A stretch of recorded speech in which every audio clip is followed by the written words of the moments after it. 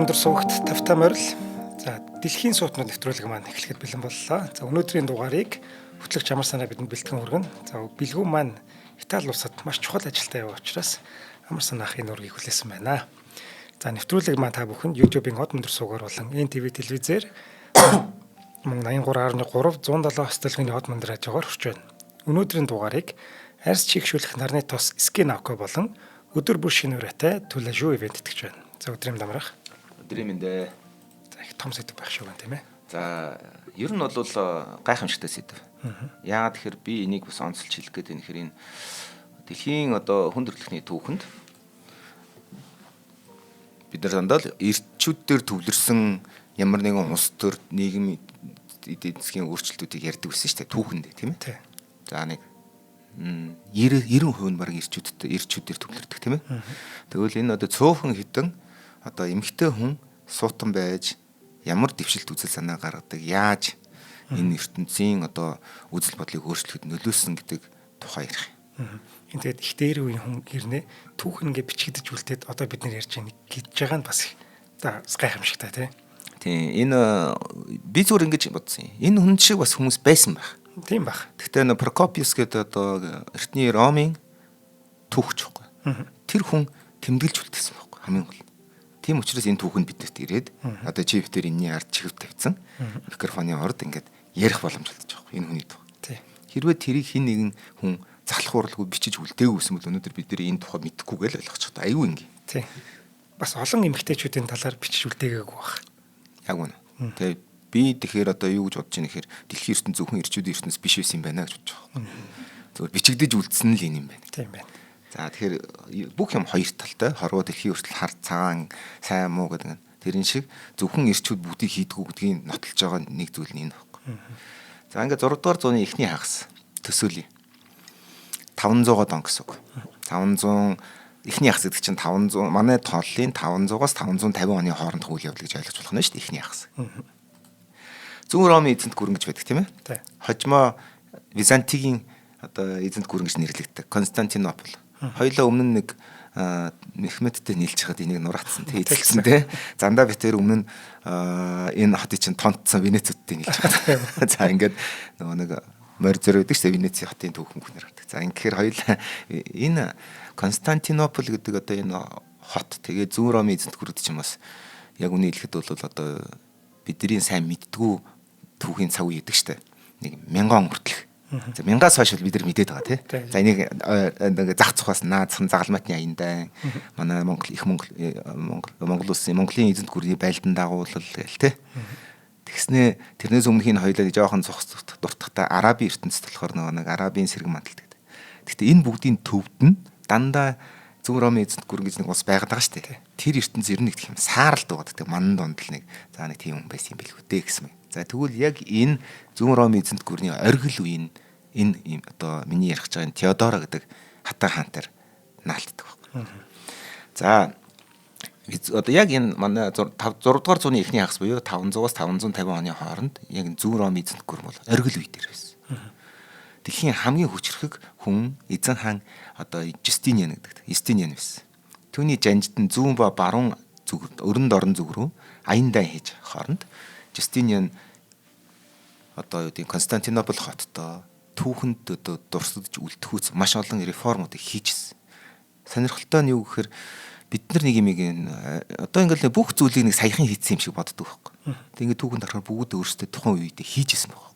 Тэгээ тэрийг хинч мэддгүү сандгуул болохоос ой санамжгүй байна гэсэн. Бид нар ингээд сошиал машл төрсэн тэгэл жилийн өмнө ярьсан юм мартсан л тууж байгаа шүү дээ. Тэгэхээр чин бид нар 1000 жилийн өмнө ярьсан юм санахгүй байх нь аргагүй л байхгүй. Цагаад л. Тэгэхээр бид нар энийг ярьжээж хүний ой танд үлддэг юм байна тийг ойлгосон баг. Тэр хүн тэрийг үргэлж санаж идэх юм байна. Сандаа байнга сануулж явах хэрэгтэй тийм. За Юстиниан бол дайн ба инх тайван эмх замбараагүй байдлуу дэг журам дунд жинхэнэ дайн инх тайван үүмэн самуу дэг журам хоёрын дунд ингэж буцалж хаанчлаа явж ирсэн. Тэгээд энэ түүний бол энэ түүхэнд бол эзэж мартагддгүй яг энэ үе. Яагаад гэвэл Ромын баг хамгийн сүүлийн суут жанжин гэж юм байд. Тэр хүн буцаагаад чи зүүн Ром байгаа шүү дээ. Тэгээ Италийн гутлагд баруун Ромоогоо буцааж эзэлж авч исэн үе энэ үе таардаг. Зүүн Ром ч бас амбицтай байгаа шүү дээ.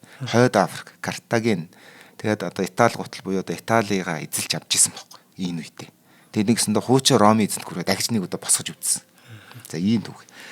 Тэгтлээ энэ одоо Justinian гэдэг энэ мундаг хааны яг хажууд нь маш их эргэлзээтэй маш олон маргаан дагуулдаг нэг эмэгтэй бол Теодор буюу одоо ярих гэж байгаа эмэгтэй. Теодорогийн амьдрал бол одоо зүгээр нэг юм хааны гүнж байжгаад тэгээд ингээд нэг юм одоо үдэ тохироогоор гэрлээ тэгээд нэг одоо үдэ нэг аав ээж нь тохироод ингэсэн тийм гэрэл биш байхгүй. Түүний одоо ер нь бол яг түүхэндээ бичиж үлдээснээр 500 онд төрсөн баг. Манай тоолын 500 онд Константинопол хотод төрсөн. Түүний аав Акакиус гэж хүн байна. Би Акакиус гэдэг хүнийг мэдэхгүй шүү дээ. Гэхдээ тэр бичиж үлдээсэн мундаг түүхч байхгүй. Тэрний түүхээс би яриад шүү дээ. Тэнгүүд Акакиус нь морин одоо хиподром гэж үүдэг шүү дээ. Урдаа нэг 2 хөдөлгөөн морьтой ингээд уралддаг та санаж байна. Бен Хур мөр дээр гардаг санаж байна тийм. Одоо chariot гэдэг шүү дээ моринд хэрэгтэй. Тим уралдааны 4 том одоо фракц гэдэг. Одоо нэрх юм бол нам ч юм уу тийм нэг юм бүлгэрм.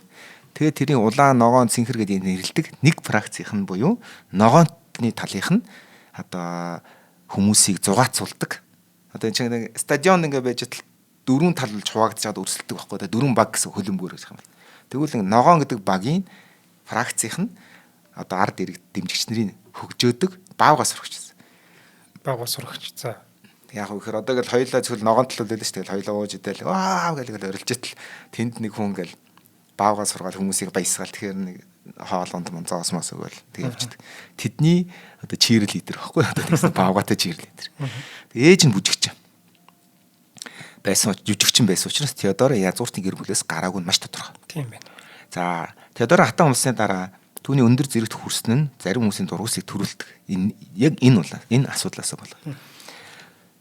Теодоргийн амьдрал одоо биш үү түүн турт одоо туулсан бүх зүйлүүд нь тэр хүнийг яг жинхэнэ одоо нэг эрх одоо манай Тэмүүжин бол хэрхэн Чингис хаан болсон тухай монголчууд бараг шууд цээж ирээ мэднэ те. Яаж яваад өстой нэг шүднийхээ махаар хооллож шүлсээрээ ундаалж явсан шүү дээ тийм ээ. Яг энэтэй адилхан бас ийм түүхийг эмхтэн хүн туулсан байхгүй. За Теодоргийн өнгөрсөн амьдрал бол одоо сонголтууд маш их байсан. Одоо түүний одоо эцэг нь тэгж одоо амьдралаа залгуулдаг байжсэн чинь эцэг нь өвдсөн. Хүмүүс хүн дээр өвдсөн. Тэгээ удалгүй Акакиус нас урсан аав нь баавгаас сурагч. За ингээд гэр бүл нь ээж 3 хүүхэдтэй хоос хоцорсон. Юу ч. Ер нь бол ямар ч орлогогүй болсон гэсэн үг. Аав нь гэдэг гэр бүлээд хийжээдэг. Тэгээд одоо аав нас барахаар мэдээж хэрэг дараагийн баавгаас сурагч авчирсан. Тэгээ аав одоо тэдний гэр бүл ямар ч тусалцаа үзүүлэхгүй гэсэн үг байхгүй. За ингээд одоо Теодоргийн гэр бүл ямар ч ажил байхгүй. Ажилгүй гэдэг чинь юу гэсэн үг аргаа барсан их нь одоо бүр сүултээ өөр хүнтэй гэрэлсэн. Хүүхдүүдэд тийжихийн тулд. За тэр өөр хүнтэй гэж гэрэлсэн хүн нь бас тийм ажилгүй юм байсан бас ингээд бас хэцүү. Тэгээд одоо ажил төрөлгүй ингээд бас баавгаас сурагч. Тэгэхээр яг нэг юм тэндээ ховь заяана өөрт нь ингээд тааруулж штэ тийм иймэрхүү төвшний хүн чи иймэрхүү хүнтэй гэрлэн гэдэг ээж юм тийм ээ. Ямар нэгэн байдлаар яаралтай ажил олж хийхгүй л гэж хүүхдүүд нь үлбэрч өгнө штэ тийм. Тэгээд яг энэ үед нь ногоонтнуудаа өрсөлддөг цэнхрийнхэн хөх талынхан ядууралд ороод бүр ингээд сүрхчихсэн гэр бүлийнх нь одоо гэр бүлд нь одоо тусламжийн гараа сунгасан баг. Нөгөө нь суусан ирвэ штэ те нөгөө нэг аавыг нас урахаар нь суусан хойд аав. Тэрэнд хөгчөд хөхийн талынхан баахан баавгаас сурах ажил хийсэн. За ингээд ямар ч гэсэн орлоготой болчихсон. За ямар ч гэсэн өсөж өгөхгүй болох юм те. Тэгээд ээж нь огтоо жүжигчнэр ажилласан. Одоо тэр зугаацуулах байсан. За ингээд эртний Ромд жүжигчин гэдэг мэргэжил бол хамгийн дорд ажил гэсэн үг. Ерөөс айгүй инженер. Жүжигчин бүсгүйчүүд бол ерөнхийдөө жүжигчин чи юу идэх хэр жүжигчин гэж бол боол, яхан, жүжигчин гурав адилхан статустай гэсэн үг. Боол гэж хэлсэн ч болно, яхан ч гэж болсон, өөрийгөө жүжигчин ч хэлсэн ямар ч ялгаагүй гэсэн. Би ямлагчтай. Тий. Тэгээ чөлөөт иргэд хүртлээ шүү дээ. Жүжигчин болох юм бол чөлөөт иргэн гэдэг статусаа алддаг гэсэн.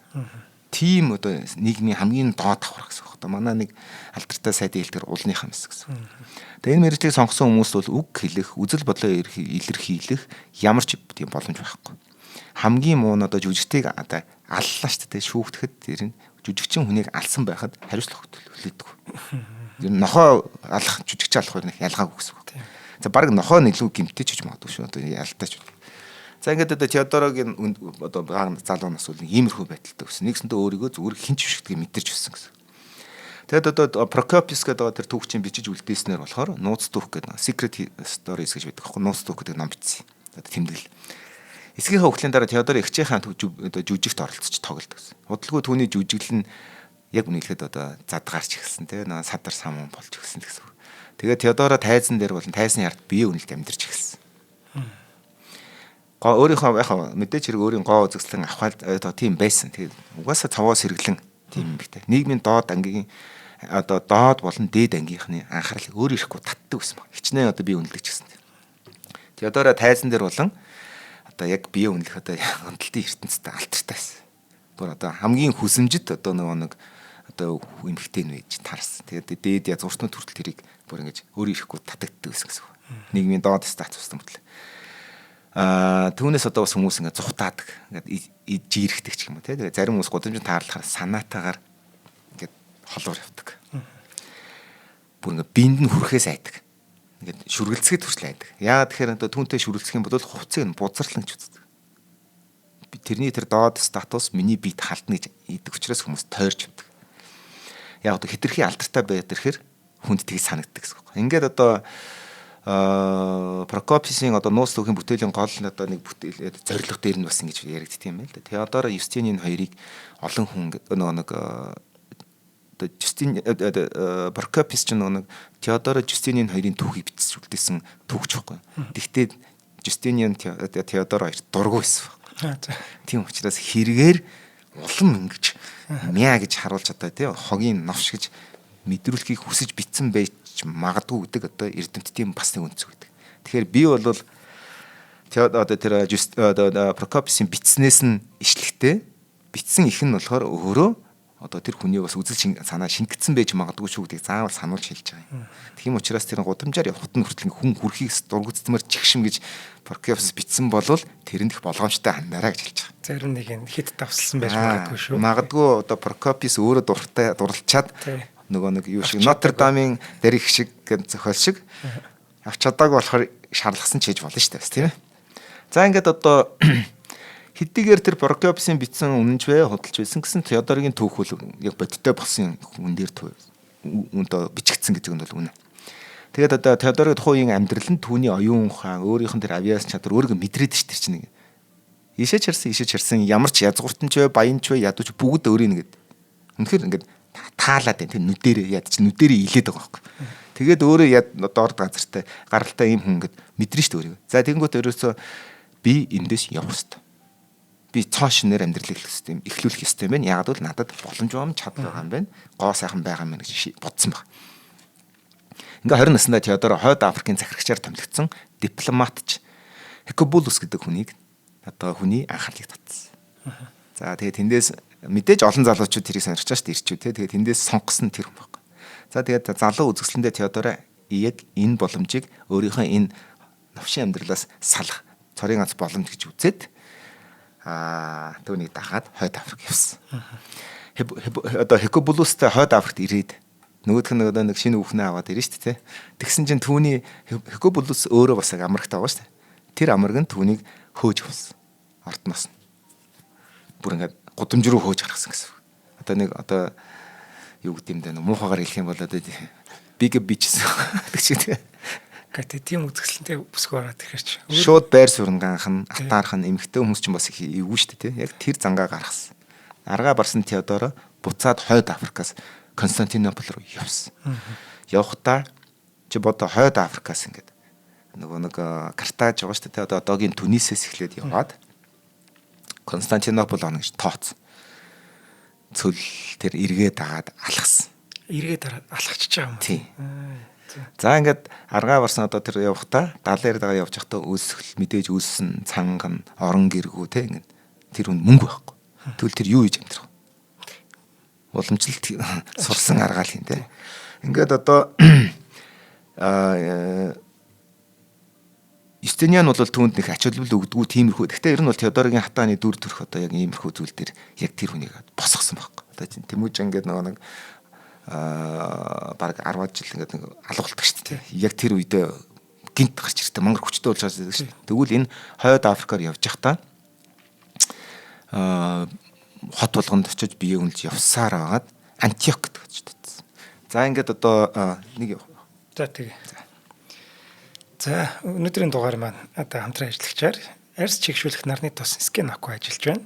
За 100 болж байгаа учраас одоо нарны тус одоо хүн болгонд маш зайлшгүй хэрэгтэй ийм доо зүйл байгаа. За өндөр нарны хамгаалттай төрөхөд хөнгөн арьсыг хамгийн гол нь чигшүүлдэг. Одоо үнэхээр гайхалтай ийм нарны тусыг танилцуулж байна. За төрхөх бүрт арьсыг гүн чигшүүлж хуур ажилтаас хамгаалдаг. За яагаад гэвэл 3 төрлийн хилороник acid буюу одоо гиалуроны хүчил агуулсан байдаг юм байна. За тийм болохоор нүрээ тониктаад шууд төрөхөд дээр нь шууд ингээд будгаа хийгээд тохиромжтой юм гинэ. За энийг бүсгүүчүүд маань их сайн мэдэх бах. Би бол энэ дэр ямар ч юу болох. have no idea. Яг юу болоод байгаа талаар бүр юу гоё болдго юм гэж би бодод байгаа. Харин тийм шүү. Би төрөхчүүл цайрна гэж бодож байна.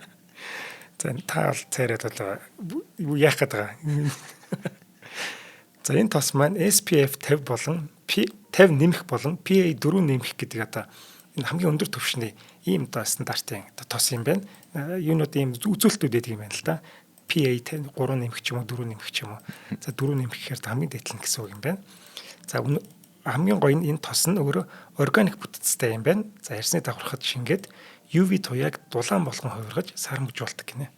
За ингэчгээрээ нөгөө нэг арьсан дээр ингэ төрөхээр ингэ цаарал цагаан туяа болчдөг шүү дээ. Тийм болтгүй юм байна. Зандаа чи нэг нарны тос төрхөө явсан чинь ямар мухаар гэдэг юм.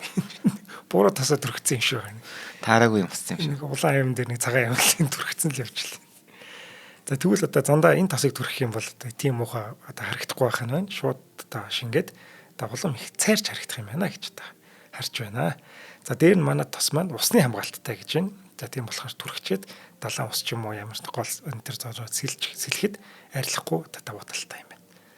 За ингээд өнөөдрийн дугаарыг маань арьс чигшүүлэх нарны тос Скинакко мэдтгэлээ. За энэ тосыг Моносемийн сангийн болон GGI Beauty дэлгүүрүүдээр худалдаж авах боломжтой. За Моносемийн сан бол хаасаагүй байгаа. Гэрээсээ гараад шууд авах ийм боломжтой юм байна. За баярлалаа. За надад чинь бэлгэнд өгье доо. За тийм. За одоо саяны тэр хойд Африкаар тойроод явсан гэж ярьсан шүү дээ, тийм. Эхлээд Александрияга хотод байгаа. Египтийн. Тэгээд тэрнээс хашаа Антиох гэж хотод очиж байгаа. За энд нэг юм байна. Одоо Христийн шашинд нэг одоо үгүй 5 том суудал гэж байдаг.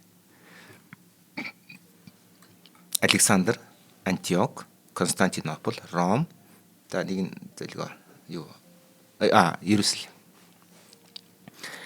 Энэ 5 том гигантэн энэ 5 том суудлыг нийлж агаад Христийн шашныг ерөнхийдөө одоо баддаг гэж хэлэх юм ингээд тогтоодог. За энэ Александрид очиод Антиох гэж хот нь болохоор эртний хот. Маш эртний одоо энэ түүхэн хот байхгүй. Тэгэд энэ явж явахдаа тэр өөрийгөө бол нөгөө нэг өөрийнхөө тэр хамгийн ирээдүйн бүх одоо юу гэдэг үзэл бодлоо энэ хооронд зэгцэлсэн. Одоо Антиох хотод очиод маш нөлөө бүхий хүмүүстэй уулзсан, танилцсан. Тэгээд патриарх гэдэг лам нартай танилцсан. Тэр үе чинь лам нар бол зүгээр нэг юм лам нар биш шүү дээ. Хамгийн боловсрсон хүмүүс байхгүй. Бод эрдэм мэдээлэлтэй. Тэгээд тэд нэр одоо шашны лам, хувраг тэгээд одоо эрдэм мэдээлэлтэй хүмүүс ингээ ярилцах тусмаа улам гэгэрсэн, улам ухаан суусан. Монофизитизм гэж нэрлэдэг байгаа юм. Нэг ийм урсгалыг шүтдэг байсан. За монофизитизм нь юу гэхээр одоо тэнгэрлэг одоо divine гэж хэлдэг шүү дээ. Тэнгэрлэг ахгүй хүн одоо хүний бие хоёр одоо Есүсийн хүний бие хоёр бол нэг биеинд байсан шүү гэж итгэдэг хүмүүс. Тэрнээс биш одоо тэ нөгөө ертөнцийн эзэн тэгээ Есүс тусдаа биш. Есүс бол өөрөө тэнгэрлэг дээрэмэд хүүхэн бод хүн гэж. Ийм шашныг одоо ийм урсгал واخгүй одоо Христ. Яг Монголд одоо бидний шүтдэг буддийн шашин яг ийм үзэлтэй واخгүй. Ямар сандаа хүн өөрөө гэгэрж болдог. Гэгэрхээр бурхан болж болно гэсэн үг. Тэрийг нотлого нь одоо бурхан боддог байхгүй. Яг би зүгээр нэг энэ шашны тал дээр ганц нүгүүлээр илүү нэмээ хэлж. Бид нар ерөөсөө гэгэрж үзээгүй хүмүүс байхгүй. Яагаад тэгэхээр яг шашныг очиод тэнд нэг хиймрийн сан уншуулах зүйл гэж боддог нь өөрөө бид хамгийн том алдаа байхгүй. Яг асуудлын гол нь хиймрийн сан чи өөртөө ч уншиж болдог гэдгийг мэддэггүй нь хамгийн том эмгэг байхгүй. Тэгвэл энэ үе ч гэсэн юм байсан баг. Цоошин зүйл бол биш. Яг л монотеизм гэдэг. Тэгээд өөрийнхөө нөгөө нэг хуучин одоо тэр бие үнэлдэг одоо яаж өнөг хүртэл явсан тэр амьдрал ахуйд зарчмаа алгуурхан хайж эхэлсэн. Ерөнхийдөө гэгээрээд ойлгосон гэсэн. Ингэж явсаар байгаад одоо олон нийттэй харилцах урлагийг сурсан, хүнтэй харилцаж сурсан, маш олон мэдлгүүдийг өөртөө яг энэ Антиохт байхдаа сууж авсан. Ингээд 522 онд 22 настайдаа Константинопол хотод эргэж ирсэн. За ингээд одоо эргэж ирэхдээ тэр нөгөө нэг одоо бие үнэлэх тий газар тий эмсийн хөрөөлөн мөрөнд ажиллахгүй. Шууд өөрөө цоо шинээр өөрийгөө шинээр нээж ирсэн гэсэн.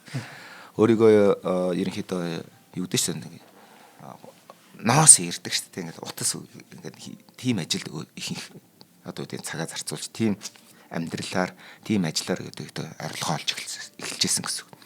Тэгэнгүүтээ бас одоо маш олон тийм шашны одоо шашин шүтлэг те одоо боловсралтай хүмүүстэй хоор ярилцаж тэрэндийг илүү судлаа. Тэгээд одоо өөрхөн гоо сайхан тэгээд бодолтой 22 настай гоо зөвслөнтэй. Тэгээд дээр нэмэд нэг юм язгууртан баян одоо үеийн мэдлэгтэй хааны төвшний хүнтэй ингээд ярилцахад тэнийг юм ярихгүй байх гэдэг чинь тэр хүн шууд ингээд бүр одоо жагсаалтын номер 1 рүү шууд очно гэсэн үг шүү дээ. Ямар ч эмэгтэй хүн тэг ингээд царайлаг үнэхээр гоё биетэй тэгээд үнэхээр царайлаг тийм гоо зөвслөнтэй дээр нэмэд ухаантай байх юм бол ямар ч хүний анхаарлыг татдаг тийм ээ. Зүгээр яхан би энэ дээр хин нэгний хэлэхгүйр зүгээр ингээд төсөөлөхөд л шууд ядчил анхаарлыг чинь татна тийм ээ. Чиний ч гэсэн. Тэгэхээр яг тийм байдлаар одоо Константинополийн дээдсийн хүрээлэнд танигдж эхэлсэн гэсэн. За ингээд одоо Ромын тухайн эзэнт гүрний эзэн хаан эмперор Жастин 1-р Жастины үеэл Жустиниан гэж. Жустиниан нь болохоор яг энэ үед анх хараад шууд турласан. За ингээд одоо Теодоротой амьдралаа холбохыг шууд хүссэн. Мөн ч одоо юу гэсэн үг юм бэ? 1-р Жастин хаан байхгүй бол тэр шууд хаан ширээн залгамжлна гэсэн үг шүү дээ. Ер нь бол аюу ингээнээр. Тийм болохоор энэ ч одоо юу гэсэн баг эзэн хааны 2-р хүн чамайг таална гэдэг чинь асар том зүйл үстэй. Ингээд одоо Теодор болохоор нөгөө нэг энэ хүсэлтэнд хариулахаас ерөөсөө цааргалаг ойлгомжтой. Тэр үн чинь үзэл бодол тийм л байгаа шүү дээ. Хойд аврах тэгж авсан юм шүү дээ. Тэгэхээр зорилго нь биелэгч юм шүү. Ядуу зүдэ амьдралаасаа гарах цорын ганц арга болов гэсэн чинь дараагийн эзэн хаан түүнийг таалсан байхгүй. Одоо Жастиниан болохоор одоо дараагийн эзэн хаан учраас Теодород шууд энэ бол миний хүссэн зорилготой хүрэх хамгийн том одоо хамгийн гоё гэх юм уу хүсэжсэн одоо гişгүүрэн тийм шууд мэдэрсэн гэсэн. За ингээд одоо гэрлэх саадыг хүлээж авсан. Гэхдээ нэг юм том асуудал байсан. Яагаад тэгэхээр эзэн хаан Константин 200 жилийн өмнө Константинопол гэдэг хотыг нэрлэхдээ Константин Поли гэдэг чинь полис буюу одоо метрополис, Персеполис чинь Персийн нийслэл гэсэн үг байхгүй Персеполис гэдэг ингээд Константинопол гэдэг чинь одоо Константины хот гэсэн. Константин хаан 200 жилийн өмнө одоо юу яасан хууль гаргасан. Гэр бүлийг болох. Юу гэхээр Диофизикийн христийн урсгалын дагуу ядуу хоёр хүн одоо divine одоо тэр дээд язгууртай хүн доод язгууртай хүнтэй гэрлийг хоригдсон. Тийм хуулийг 200 жилийн өмнө гаргаад тэр чигээрэл явж исэн гэсэн. За ингээд одоо товчхондоо болвол Теодорын тэр монофизит гэдэг байгаа тэр урсгалын шүтдэг нь өөрийнх нь гэрлэгт нэгдүгээр саатус. Хоёрдугаар нийгмийн гарал үүсэл статус нь бас саатус. Ингээд одоо эзэн хаан Жастин гэдэг нэгдүгээр Жастины эхнэр Ефемия нь болохоор тэр хоёрын гэрэлтийг бас дээрээс нь нэмээд үүсгэсэн.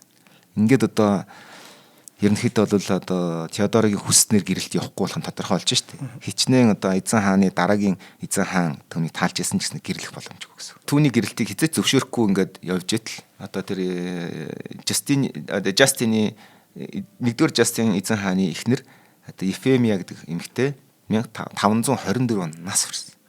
Ингээд одоо 24 настай да. Энд одоо би одоо 20 настайдаа хойд Африк явснаас хойш 4 жилийг л товчхон ярьж штэ. Ингээд одоо эзэн хатан хаан нас орсон учраас тэр хоёр Жустиниан Теодорын хоёрын хүсэл бий болоход одоо тийм сэргэж гисэн гэсэн. Одоо нэг оролдоод үзье. Ингээд Жустиниан өөрийнхөө Теодорото гэрэл бүлэх ёстой гэдэг дээр маш их одоо нэг өөрийгөө гэж тэгж хүссэн хүн яасан мээр өөрийнхөө авга ах Justine-ийн энэ хуулийг цуцлаач гэж маш их гуйсан. За ингээд явсаар байгаад өөрийнх нь ах нь нас орчих юм бол тэр чинь тэр хуулиас өөрөө өөрчлөөд гэрэлж болохгүй шүү дээ. Тэгэхээр ахаараа цуцлах юм бол өөрөө гэрэлж болно гэсэн үг. Ингэж явсаар байгаад ямар нэгэн байдлаар ер нь Justine бол нэг эсэргүүцээгч гэсэндээ хуулийг өөрчлөлт чинь бас их тодорхой нөлөөтэй шүү дээ. Одоо нийгэмд бас янз янзын таалагдах уур амьсгал бий болгоно. Ямар ч байсан гэсэн одоо 524 оныхоо одоо эхнэр одоо Хатан хаан Эфемига нас урснаас хойш нэг хагас жилийн дараа 524 оны сүүлэр гэх юм уу да энэ гэр бүл болох ийм хуулиа цуцлаад энэ хоёр гэрлэх бололцоо талсан гэсэн. Яг шинэ хуулиа гаргаад тэр дороо нас урсан. Сар хүрэхгүй хугацааны дараа гэх юм уу да баг. Тэгээд энэ дээр бол одоо бас янз янзын эргэлзээтэй бас юм болчих тийм. За тэр яг нь тэгэл түүхчдөл энийг янз янзаар маргадаг нотлох гэж орлоо. Тэгээ хуулийн дагуу болохоор одоо тэр хүмүүс бол хоорондоо өөр давхаргын хүмүүс хоорондоо гэрэлж болохгүй гэж байдаг гэсэн бол одоо энэ болохоор ерөнхий эзэн хаан өөрөө зөвшөөрөх юм бол болно. Давхарг одоо тийм доод гаралтай хүнтэй гэрэлж болно гэдэг тийм зөвшөөрлийг бий болгосон. Гэрэлж болно. Гэхдээ эзэн хаан зөвшөөрнө. Одоо ганцхан нөгөө нэг тийм учраас одоо тэр Теодорогийн хүсэж байгаа тэр зорилгын ганцхан одоо саадулж исэн зүйлийг Justine хаан одоо ингээд алгуулагчлаа шүү дээ. Ингээд энэ хосоод хоорондоо гайхамшигтай одоо олон нийтэд гайхуулсан тийм сайхан хурмыг 525 онд гэсэн. 25 наснда гэсэн. За ингээд 3 жилийн дараа гэр бүл бол одоо хааны Хатан хаан болчлоо шүү дээ. За ингээд одоо 3 жилийн дараа эзэн хаан Justine нас урсан. Би түрүүнд андууранд хэлсэн шүү. Би Батлангуудаа нас урсан юм биш. Батлангын дараа одоо энэ тэр хуулийг нэг гэр бүл болсон гэж хэлдэг шээ. Тийм. Сарын дараа гэр бүл болоод нөгөө хуулийг өөрчилсөн хаан маань 3 жилийн дараа. За ингээд одоо хүссэн үсээгөө одоо Justine зүүн Ромын эзэн өрний хаан болж байгаа. Ерөнхийдөө бол баг тухайн үеийн барууны ертөнц шүү. Би дэлхийн гэж нэг яриад байгаа. Барууны ертөнц мэддэж байгаа ертөнцийн хамгийн одоо үгүй хүчрхэг хамгийн их мэдлэлтэй хүн болсон гэсэн үг байна. Нөхөр нь. Тэгэхээр чин тэрний их мэдл одоо талаас доошгүй хувь нь одоо Теодорогийн хол шүү дээ. За ингээд одоо Византийн эзэнт гүрний Хатан хаан болсныхаа дараа ерөөсөө өөрийнхөө тэр өнгөрсөн амьдралаас ичдэггүй байсан. Одоо тэр бие үнэлж байсан одоо эмсийн хөрөөлөнд байсан майснаар ерөөсөө яддаг. Дүүдийн нэг ингээл нууж дарддаг. Тэгээд тэр өрөөл байж л байдаг гэсэн. За ингээд одоо эзэд гүрний одоо төвшмөд одоо Хатан хаантай ингээд уулзах одоо ингээд иймэрхүү үйл явдлууд болно да. Ингээд ерөнхийдөө ингээд хүмүүс мэдэрнэ штэ. Justinian бол Теодорогийн үгнээс гардгүй юм байна гэдэг нэг ер нь л анзаарч ирсэн хүмүүс. Тэгэхээр Теодоротой ойлголцож албан асуудлыг шийдэх нь одоо юу гэдэг шууд хаантай ярьсаас илүү дээрч бууж болно гэдэг тийм хувилбарууд гарч ирнэ дээ зөв. Тэгэхээр за шууд хийснээс эхнэрээр намжуулаад ойлгуулчихвал амарчтэй ч юм уу те ингээд одоо Justine-ийн ойлгохгүй ч юм уу дэмжихгүй байгаа зүйлийг. Тийм яг тэр агуулгаараа Теодорогийн эрх мэдэл маш их бигдсэн. Яг нэгсэндээ хөшгөний ард тоглогч болж эхэлж байсан гэсэн. Тийм учраас нэг Теодоро бол өөрийнхөө өнгөрсөн одоо маш хүчтэй гэдгийг мэдрэнгүүтээ өнгөрсөн одоо амьдралаа нуудаг. Дээр нэмээд өөрөөс нь төрсэн одоо өмнөх одоо үгүй амьдралаас гарч ирсэн хүүх охиноо ордонд авчирсан. Тийм. За ингээд одоо яг үнэхээр тэр охины эцэг нь хинбэ гэдгийг хинч мэдэхгүй. Угсаа ойлгомжтой л бахал та тэр л мэдчихэж магадгүй те. Гэтэ ийм байдлаар тэр хүн нэг амьдралд ингэж хандчихсан. Гэтэ Justinian бол үнэхээр тэр нь хайртай байсан тодорхой байгааз тийм. Ерөнхийдөө бол одоо Justinian бол тухайн тэр Теодорогийнхаа өнгөрсөн амьдралд бол ямар нэгэн тийм одоо хэцүүдсэн, санаа зовсон зүйл ерөөсөн тийм шаналдгүй байсан гэх юм уу да. Ичдэггүй ч бас ялгаагүй байсан. Магадгүй тэр бол одоо Теодорогийн өөрт нь ойлгуулсан бас төв зүйл байж болох юм л да. Тийм учраас ерөнхийдөө бол гоос гэдэг юм гой байна гэдэг нь өөрөө бүх асуудлыг шийддэг, зөвтгдөг тийм гэдгийг тэр одоо Теодоро гэдэг одоо Хатан хаан одоо амьдрал нэвтрүүлсэн. Тийм учраас одоо эртний Ромын язгууртны өнгө нь болохоор нэг purple гэж мэдээж шүү дээ. Чернэлийн ягаан гэж яриад. Тийм ягаан өнгө байхгүй. Purple. Тийм хувцсан дээр маш гоё алтан юм одоо зүгэл дөмсгөл ингээл чиний чулуун болоо зүгхээр үнэхээр илүү үзэсгэлэн. Юу баг цагаад болох юм бол юун Клеопатра аахгүй. Тийм болохоор одоо Теодорыг хараад тэр өмсглийн тэр сонголтыг хараад өнгөний хослол тэгээд гоё бие авч явж байгааг хараад тэр өнгөрсөн гэдэг зүйлийг хүмүүс өөрсдөө мартахыг хүсдэг гэж ярьдаг байсан ба. Гэтэ Клеопатрач бас тийм ч үзэсгэлэнтэй биш гэж яриад байгаа шүү дээ. Тэгээ яг одоо янз янзын одоо түүхийн их сурвалжаас ингээд харахаар тийм ээ. Тэр чинь бас нэг тийм заадаа гэж ярьдаг шүү дээ. Бараг цагаад бол зөвлийн үед ялангуяа тийм болж байгаа. Тийм. Хүчрхэг эмхтэй байсан тулдаа одоо хүмүүс их татдаг байжээ гэж бас яриад. Тийм хамгийн чухал нь Клеопатрач вэ, Теодорач вэ тэрийг бичиж үлдээх гэдэг нь өөрөө хамгийн том ажил нь байсан байна. Тэрнээс Клеопатрагч бичээгүй, Теодорогч бичээгүй л хоёулаа шаал өөр хүн одоо тийм Жасмин ч юм уу, Жамайка ч юм уу хүний яриад сууж гэсэн үг байна. За хамтран ажиллагчаа танилцуулаад үргэлжлүүлээ гэх юм. За өнөөдрийн дугаарыг өдөр бүр шинэ оройтой Төлөшөө Бэкери дэвэнтдэж байна. За Төлөшөөгийнхэн маань Драгонд нэг шинэ салбараа нээж байгаа юм байлээ. За энэ салбарын нээлт нь 7 сарын 7-наас 13-ны өдрүүдэд болох ч байна. За онцгой хөтөлбөр зарлаж байгаа юм. Энэ нээлтэн дээр зориулаад. За төлөөшүүл болсон хойно гоё юм хийж таараа яг энэ нээлтэн дээрээ зориулаад тусгай орцоор тусгай тийм шинэ бүтээгдэхүүн танилцуулах гэж байгаа юм байна. За энэ бүтээгдэхүүнийг бол зөвхөн энэ одоо нээлтэн дээр очисон хүмүүс л идэх боломжтой гэж байгаа. За 50,000 төгрөгийн худалдан авалт хийсэн эхний 50 үйлчлүүлэгч өдөр бүр шинэ амтад бэлгийг нээнэ гэж байна. За мөн сонгодог урлагийн хийлийн тоглолт нээлтийн үеэр болох юм байна. За ингээд шинэлэг орчинд амтад хөгжмөөр аялах юм боломжтой амтлаг хөгжмөр юм биш үү? Амтлаг хөгжмөр юм аялах боломжтой ийм гоё өдрөлтгийг зохион байгуулах гэж байгаа юм байна. За 7 сарын 13 хүртэл гэдэг чинь яг наадмын өдрүүдээр болох юм байна. Хөдөө гадаа яваагүй ч юм уу эсвэл одоо наадмын талбайгаар орох боломжгүй хүмүүс байвал тэр хавийнхын ч юм уу Драгон салбар руу очиод Төлөшөөгийн шинэ салбарын нээлтэнд очиж одоо оролцоод шинэ бүтээгдэхүүнийг амсч үзэх ийм боломжтой юм байна. За Драгон салбар бол яг Драгоны шинэ байшин ба штэ. Тэнцээ байгаа гэсэн үг юм шүү. Одоо Драгон центр. Тийм Драгон центр гэсэн үг. За 7 сарын 7-оос 13. За наадмын өдрүүдээр ч гоё юм болох бах та тэнд гэж бодож байгаа юм. За юу лээ Q-доллараар явах замд байх нь байна штэ. Тийм байна те. За тэгээд үсэрч гарч буугаад шиндөө шинхэн торт авч өгөөд цаашаа явах нь байна. За ерөнхийдөө Теодор өөрийг нь одоо Justinian-ы төвшөнд авчиж чадсан тийм статусыг авчирч өгсөн тус болсон гэдэг утгаараа тэр ном унших, гэгээр эрдэм боловсрох гэх зүйлээр маш их цагаа зардаг. Бараг фитнес шиг хийдэг. Тийм болохоор одоо эртний Ромын бүх номнуудыг ерөнхийдөө нэг хүрчлэн уншиж за бараг Клеопатрагч хүртэл уншсан бол таарч гэнэ гэсэн үг. Тэгэхээр өөрөөс нь бараг 500 жилийн өмнө болсон Цезарийн амраг Клеопатраг уншна гэдэг чинь тэр хүнд зөвхөн бэлэн сайхан шаблон байгаас. Тийм байна. Одоо энэ эстийн шалгалтын дээр шоглоом гэдэг юм зүгээр л хэвгээл хэлчих болно шүү дээ бас тийм. За яг за ингээд одоо Теодорыг тим доод гарлаас тим дээд чод хааны ингээд хажууд ирсгээд хүмүүс атарч эхэлж тийм үстэй. Гэхдээ энэ хүн тэр атархлыг нь дарахын тулд өөрөө хэрэгээр зожигэрч хүмүүстэй уулзаас зайл хийж одоо үгийн ихэнх цагаа тэгж өнгөрөөдөг байсан байх магадaltaй гэж үзэж байна. Яг бол одоо янз янзын хааны найр цэнгэн тийм ууж идэх зүйлээс хол байдаг.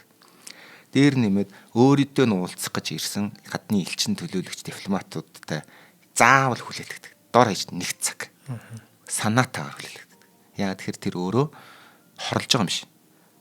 Ямар чи цаг хүлээнэ гэдэг чинь чи ямар чухал хүнтэй уулзж байгаа мэдрэг гэж тэгж хүлээлгдэг гэсэн. Тэр хооронд бүр унтчихсан гэж байна. Энэ чинь нөгөө нэг яг цагаад болох юм бол чи бодолтой бие үнэлэгч тэг хүн ер нь бол маш том сэтгэл зүйч байдэн шүү дээ. Тийм үү. Тэгээд зүгээр одоо юугаараа ярих юм бол маш олон хүмүүстэй харьцаж байгаа үстэй. Тэгээд ирчүүдтэй харьцахаар яг тэдний бүр хамгийн одоо тийм нууц юм уу хамгийн цаад мухарт нь байгаа хүслүүдийн сонсно гэсэн үг үстэй. Мэдрэн гэсэн үг үстэй. Тэгэхээр зүгээр чамтай яриад биш чиний бүр ингээд голноос чинь гоогдно гэсэн үг байхгүй. Одоо ойлгосон санаа. Тэгэхээр энэ хүн тийм байснаасаа болоод тийм хүчтэй болоод тэгээд дээр нэг ном уншаад сурчаар жинхэнэ нөгөө Манисийн одоо тэмдээ нэг энэ зарим одоо түүхийн юм дээр бол total beach гэж хэлдэг шиг тэр төвшин рүү атсан байна. За ингээд одоо юу гэмдэ заримдаа хич тууширсан өөрийнхөө туулсан одоо амьдралынхаа нөгөө нэг хүнд амьдрал туулсан баа шүү дээ. Тэрнээсээ тэрнээсээ бас жоохон тэрэндээ жоохон ингээд өшөө хонзон сандаг ч юм уу те тэрийг ингээд өөрчлөх хүсдэг байсан учраас яасан бэ гэхээр 1528 онд эзэнт гүрэндээ реформ хийчихсэн. 28 онд гэж 28 настай та хүчирхийлэл хүний хулгай цаазаар авах ял оноодог байсан. Дээр нэмээд доод дээд бүх ангийн эмэгтэй гарал үүсэлтэй эмэгтэйчүүд энд хаммаар гэдэг хууль батлсан. За дээр нэмээд 534 35 онд 34 35 настайдаа гэсэн үг. Эмэгтэйчүүдийг хүчээр бие үнэлүүлвэл гэмт хэрэг тооцно гэдэг хууль гаргасан. Гэр бүл салах болох юм бол эмэгтэй нь бол шууд гудамжинд гардаг байсан бол хөрөнгийн хуваарлна. Бараг анхных баг.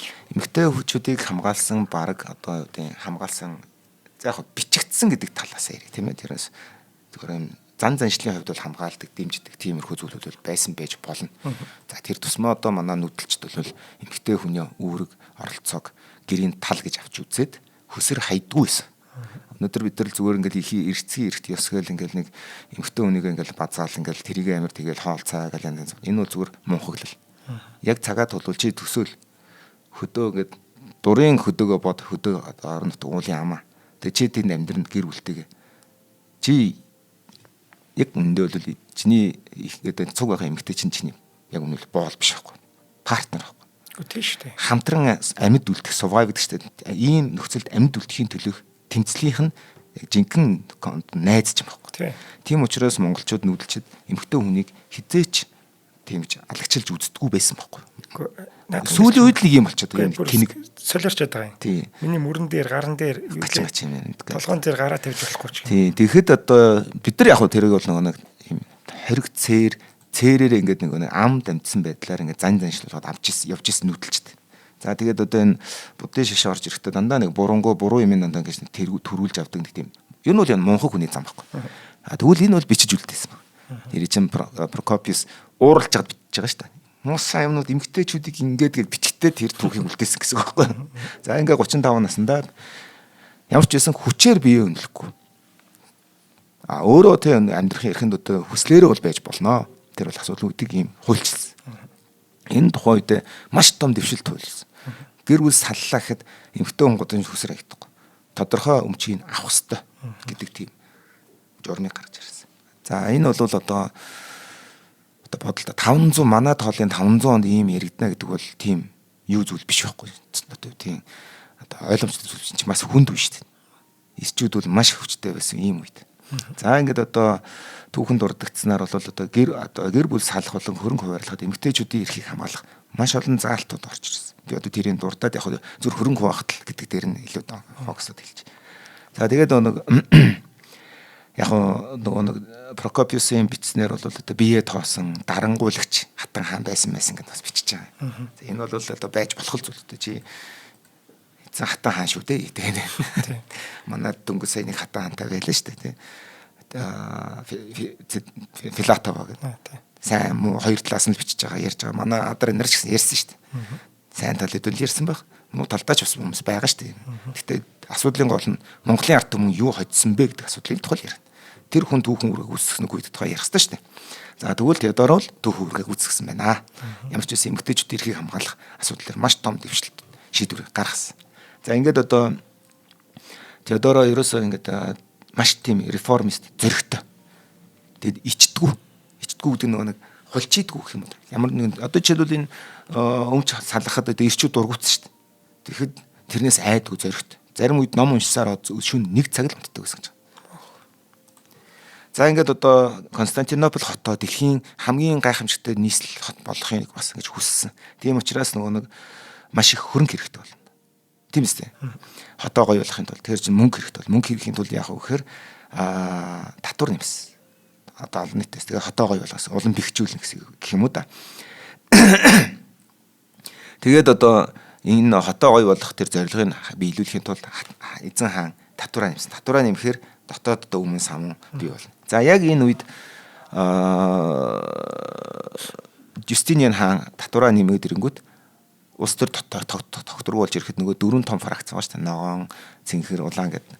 Тэр одоо дотроос одоо хөх намынх нь одоо хөх нам гэх юм уу одоо хөх фракцийнхантай одоо хамтарч хичилсэн Justinian. Тэгээ Ромд тохиогддог морин уралдааныг зүгээр үзүр гэж үздэггүй байхгүй.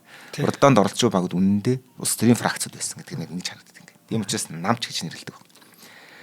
Ер нь бол одоо цэнхэр намынхан бол одоо Жустинианы дэмждэг. Жустинианы дэмждэг цэнхэр нь болохоор яг үндэ бол тийм яхад найдвартай хүч биш. Яг тэгвэл тэд нэр эрх мэдэл дуртай, жоохон зэвсгэлсэн, бүдүүлэг, боловсрал муутай, жоохон оркчуу маягийн тийм одоо бүлэг фракц байсан учраас нэг дандаа тэднэрт тийм бохир заваан ажлуудыг даалгадаг гэсэн хаад нар үргэлж. За тэгээд одоо энийг хийхин тулд одоо хөхийн одоо Жустининд хөсөлсөн гэх юм да. Цаагаараа гэж харуулж ашигласан. Ер нь бол хөхийн талынхан хичнээн тэгж эзэн гүрэнд өөрчилсөн ч гэсэн энийх удаагүй. Яг бол ойлгомжтой шүү дээ. Мөнгө эрх мэдэл төртэй хүмүүс. Тэгээд зүүн Ромын одоо улс төр хоёр том хүч болох хөх ногоонод хоорондоо зөрчилдөж Юстинианы үед хамгийн оргилд өрсөн. Ингээд 532 оны 1-р сард энэ зөрчил бослог хөдөлгөөн болж гарч ирсэн. За энд нэг жижигхэн түүх хэлэхэд дөрөвсөн шүү дээ. Хойд Африк болон Картаген болон Ромыг одоо Ром биш дээ. Одоогийн нэг Италиг буцааж эзэлж авах аян дайныг Белисариус гэж алдартай жанжин хийжсэн. Тэгэхээр айрам тэнд явж байхад Константинополд юу яах вэ? Цэрэг айрам багтаа байна шүү дээ. Тэгэхээр үүмээ саван болоод бослог болсон. Яг энэ нод бослогоос болж эзэнт гүрэн яг мөхлийнхээ ирмэд ирсэн. Ер нь байхгүй болох магадлал маш өндөр. Тэгэд Константинопол хотын захирагч Евдемон гэдэг хүн одоо хөх ногоон бүлгийн зарим хүмүүсийг байршиж шоронд хийсэн.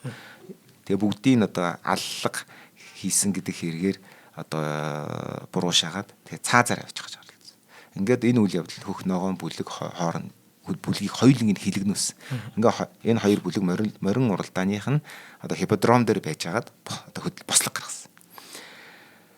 Тэд нар бол шууд нийлээд бослог гаргаж уурлангуудаа шууд хин рүү хандсан байхаар шууд Юстинианыг алъя гэж хэлсэн.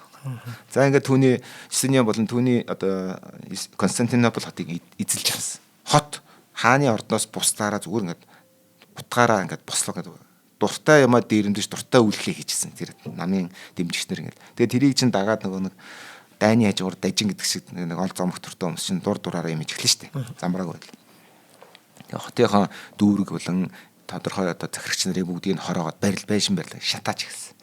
Тэгээ Магна Экклесиас худалдааны зах Константины талбай ордны ойролцоох бүс хэдэн зуун байшин тэр чигээр гал тавтаж гисэн. Ингээд ууралсан босгоч одоо хаад эдэн хаадгаас хоёр албан тушаалтыг хүлээлгэж өгөхийг шаардсан. Тэгээд түүнийг олон нийтийн өмнө цаазаар авчина гэж шаардсан. Юстиниан энэ шаардлага зөвшөөрөв мэдээж хэрэг өөрийнх нь зорилгын төлөө цаазаас учраас. Ингээд одоо босгочдын хүслийг биелүүлээг учраас босгочд улам олон болоод бослогчдыг дарж чадахгүй болох яг энэ үчид Юстиниан Теодоро хоёр дээд командын цэргийн жанжид хоорондоо ордондоо нуугдж бүгж жагаад яахаа ярилцж гэсэн үг. Тэгээд одоо ингээд хэрвээ ингээд энэ чигээрээ үлдээгээд байх юм бол бослог улам дамжираад улсыг минь самбарнаа гэдэг. За ингээд одоо Юстинианыг түлхэн унгааж талигаач эзэн хаан, хуучин эзэн хаан Анастасиос гэж бас нэг хаан байна. Тэрний зэхүү Хепатосыг эзэн хаан болгож үтсэн. Тэгээд тэр Хепатосыг хаан ордон дотор ингээд бодоод ингээд яахаа шийдээ сууж хахад Хипподромын нэг морин уралдааны талбайд түүнд хааны титэм зүйлгээд хаан ширээгээр залсан. Шинэ Ромын эзэн хаан гэж тунхагласан. Хот бараг тэр чигээрээ галт бөмбөг шиг дэлбэрээд шатаад бөө юм болчихсон гэсэн. Зарим хүмүүс нь Юстинианыг ордноосоо зүхтаа гэж зөвлөж ирсэн. Тэгээд одоо тэр түүний одоо хоёр том жанжин болох Нарсис, Белисариус гэдэг. Белисариусыг болохоор ер нь бол Белисариус ч мундаг жанжин байсан. Зүүн рүү одоо Итали хотол одоо тэр Картагенусыг эзэлчээд эрэхт нь энэ хаанаас ч илүү нэр хүндтэй болох гэж байна гэж үзээд ордноос одоо үгүй жоохон зайлуулах жиих ажлыг Теодоро өөрөө хийсэн. Тэгээд тэрний ард Теодоро байдаг гэж ярьдаг байхгүй. Тэгвэл одоо Белисариус хот өмөрөхөд ирэх нь буцааж дуудсан. Хэрэгтэй үедээ энэ бол хэрэгтэй одоо боллоо. За энэ Белисариусын аян дайн гэж нэг бас жижигхэн түүх хэлчихэд Белисариус одоо хойд Африкийн эзлэх аян дайнд явахдаа усан онгоцоор явах нь 300 орчим хүннүү хөлсний морин цэргүүдийг авч явсан мэт. Хойд Африкийн эзлэхэд. Тэгээд эхнийхээ өдрөө 2 хүннүүд морин цэргийг цаазаар авч дүүжиж алсан. Яагад бол арх угаад хоорондоо зодтолдоод нэгийг хөнөөс уучрасан. Тэгээд өвд эдсэн маань нэг иймэрхүү орж ирлээ. За тэгээд одоо хааныгаа одоо ордноос яв гэдэг ингээд зөвлөжсэн чинь гинт хааны ордон дотор зүхтаж явна гэдэг л эзэн хааны хийж хизээч болсошгүй зүйлээ, төвчшгүй зүйл. Хэрвээ амьд арахыг хүсч бол маш амархан. Далай байна. Танд ус онгоц нүчин байна. Харин аврагсныхаа дараа танд амьд үлдснээс үхлийг сонгож болох юм аа. Надад бол хааны нөмөрөг бол хамгийн эрхэм авс юм гэж хэлсэн. Хаан нэгсэндээ нөмөрөгтэйгөө ордондоо сууж агаад үлдээд үхэх нь өөрөө хамгийн эрхэм сайхан авс. Гараад ус онгоцон суугаад хаашаа цуцчих болно. За ингээд одоо Теодорын одоо тэр хэлсэн үгний одоо үгнээс болоод ерөөдөө Белисариус болон Мундус командлагчийн өдөртөөр айрам цуглуулсан. Цэрэг цуглуулад босгогч нарыг дарсан. 30,000 гаруй босгогч нарыг алсан. Ингээд одоо хотоо буцааж аваад шинэ зан ханаар зарлагдсан Хипатосыг баривчилж Теодоро түүнийг цаазаар аваач гэсээр гоод аваачсан. Харих хэрэгтэй шүү дээ. За яг юм. Тэгэд энэ бол одоо Никагийн бослог гэд нэртэй тийм түүхэнд бичигдүүлсэн нэг тийм түүх байна. Тэгэхээр одоо энэ зүүн Ромын эзэнт гүрний түүхэнд тохиолдсон хамгийн цус үйл явдлуудын нэг тооцогддог. Чи 30,000 хүнээ алсан гэсэн. Тэгээ чинь дандаа ирчүүд шүү дээ. 30,000 эр бүхэн гэдэг чинь 30,000 хүнтэй айрам өгч байгатай адилхан гэсэн үг. Тэгэхээр тодорхой хэмжээгээр суларнаа гэсэн санаа явж байна. За энэ одоо энэ туслыг бас дарахад бол Теодорогийн хатуу шийдэмгийн хүчтэй зан чанар Юстиниан тусалсан. Юстиниан чинь хотоос одоо зугцсан дээрээ хаантаа гэж жанжтан зөвлөж яхад тэр хүн үлдээгээд дарсан гэсэн үг байхгүй. За ингээд одоо энэний дараа бол яах аргагүй Константинопол хотынхын ард иргэд за энэ Теодоро гэдэг хүнтэй байхад бол энийг дийлэхгүй юм байна гэдэг юмыг маш сайн ойлгосон. Ингээд Теодорогийн хатуу шийдэмгийн зогсох байр суурийн ачаар энэ асуудлыг хааны одоо сентиг хааныгаа аварч үлдсэн. Гэхдээ 540 онд дараагийн том сорилт бий болсон. Хот тэр чигээрээ аимшигт өвчнөд тахал. Ингээд одоо орноосоо ч гарах аргагүй болтлоо хүмүүс гэж өвдөж гисэн гэсэн. Ингээд одоо төрийн удирдлага эзэн хаан тэр тахалд нэрвдэд эзэн хаан орноосоо босч чадахгүй байсан. Ингээд ирэхээр Теодоро Альбесор холсыг удирч эхэлсэн гэсэн үг байна. Энэ яг зүгээр тэр Прокописын бичиж үднэснээр болохоор Теодоро яг энийг л амьдралынхаа төрс хүссэн байх таа гэж бичдэг байхгүй. Чи бодол тоо 15 6 наснаас нь эхлээд ээж нь жүжигчин болгоод жүжигчин гэдэг чинь одоо бие үнэлэгч боолгодог ямар ч ялгаагүй алсан ч ялгаагүй хүмүүс байгаа шүү дээ. Тийм хүн одоо тухайн үеийн барууны ертөнцийн төв цэг дэлхий болох Ромын одоо эзэнт гүрний яг утгаараа удирч эхэлсэн өмч байхгүй. Энэ бол жинхэнэ Синдереллагийн төгс төв байхгүй. Үнсгэлжингийн. Ийм учраас ийм үнсгэлжингийн үлгэр бол үргэлж сонсоход гоё байдаг. Ямар ч зам туулсан гэсэн.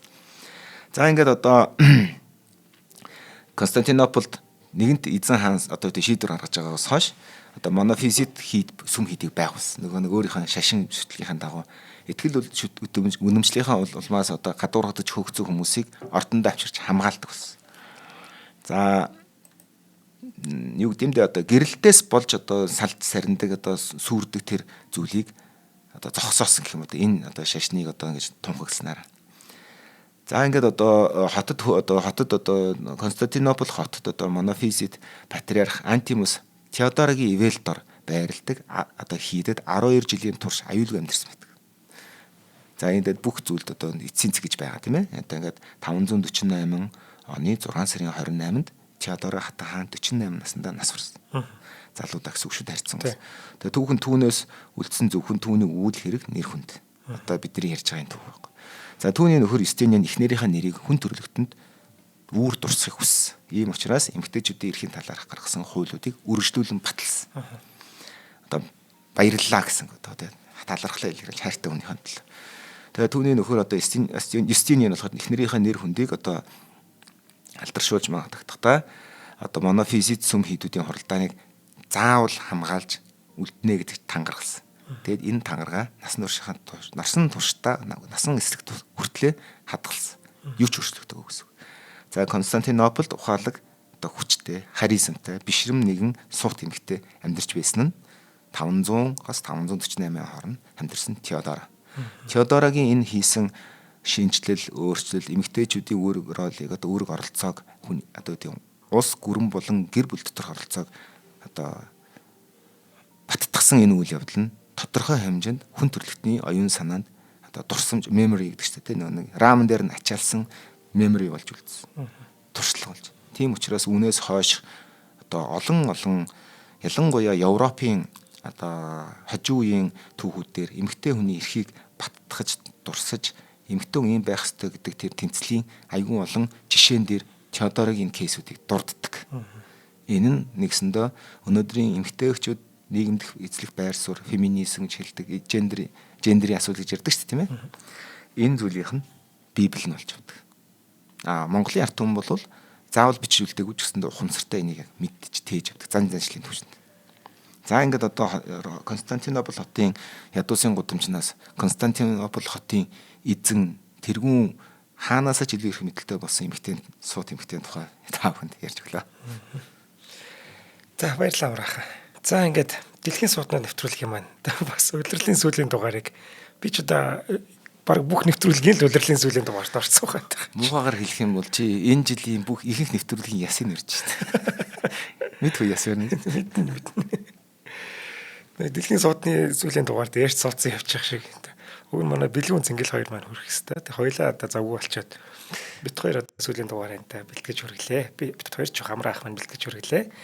За ингээд нэвтрүүлэг юм та бүхэнд YouTube-ийн од мөндөр суугаар болоод NTV телевизээр замаг 83.3 107 төлөвийн од мөндөр радиогоор хүрлээ. Өнөөдрийн дугаарыг арьс чигшүүлэх нарны тос Скенако болон өдөр бүр шинэ ураатай төлөж юу ивент тэтгэлээ. За дараагийн улирлаараа олцъё. Баярлалаа. Нэвтрүүлгийг хүлээн авсан Нарны аймгийн монголчуудаа баярлалаа. Од мөндөр сувг нь энэ мэдчлэн таны мэдхүйн мянган нэвтрүүлгийг 2026 оны 7 сарын 1 хүртэл та бүхэндээ хүргэх юм. Их хэлээрээ шинжлэх ухаан танин мэдхүйг түгээхийн үлсэд нэгтгэх хүсвэл та бидэнд хандив өгөх боломжтой. Та нэг нэвтрүүлгийг 100 төгрөгөөр буюу 1000 нэвтрүүлгийг 100 мянган төгрөгөөр үнэлээд биднийг дэмжээрэй. Жилдээ ганцхан удаа 100 мянган төгрөгөөр биднийг дэмжснээр шинжлэх ухаан танин мэдхүйг түгээх энэ үйл хэрэг амжилттай үргэлжлэх юм. Од мөндөр нэр дээрх Худалдаажлын банкны данс байгаа 4191 тэгдүрв 518. Та 100 мянган төгрөгөөр шилжүүлэхдээ гүйлгээний утга дээр нь өөрийн нэр болон утасны дугаараа заавал бичээрэй. 100 мянган төгрөг хандалснаар Од мөндөр сувгийн алтан гишүүн болох юм а. Шинжлэх ухаан танин мэдхгүй Монголд ялах болтугай.